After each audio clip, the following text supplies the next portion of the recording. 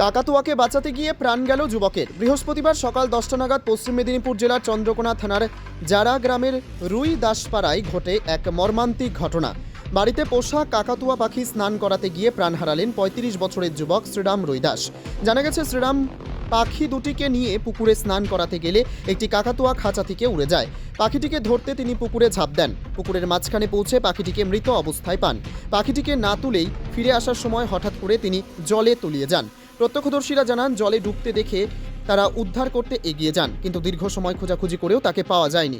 পরে পুলিশ ও সিভিল ডিফেন্সে খবর দেওয়া হলে তারা উদ্ধার কার্য শুরু করেন। এই ঘটনায় এলাকায় নেমে এসেছে শোকের ছায়া। কান্নায় ভেঙে পড়েছে পরিবারের সদস্যরা। স্থানীয় বাসিন্দারা শ্রীরামের অকাল মৃত্যুতে শোকস্তব্ধ। প্রশাসন জানিয়েছে, সন্ধান চালানো হচ্ছে, দ্রুত দেহ উদ্ধার করা হবে।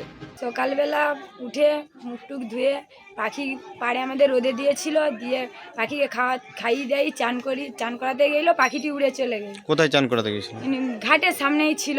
পুকুরে? হ্যাঁ, পুকুরে। দিয়ে উড়ে চলে যায়, দিয়ে তাকে ধরার লেগে নেমেছিল, তাকে ধরতে পারেনি, মানে এপার থেকে সেটার দিকে চলে গেছে, আর উঠতে পারেনি।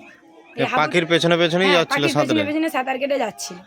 দিয়ে আর খানিক চলে গেছে, আর ভাত কাতে গেলে উঠে যাবে, উঠতে পারেনি। আর হাবুডুবু খাচ্ছিল। আমরা সব এধার থেকে ছুটে গেছি, দিয়ে পাড়ার সব যেতে, আমরা এধার থেকে সেধারকে যেতে যেতে আর দেখতে পাই।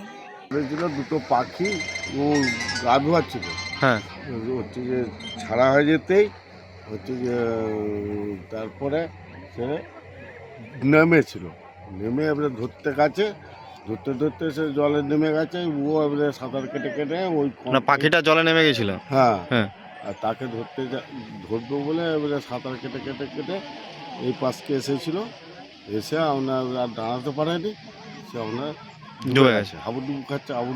আমাদের এই পাশ থেকে লোক এবারে ছুটে ছুটে গিয়ে তাকে খুলতে গেছে, তারপরে দেখছে আর দেখতে পাই।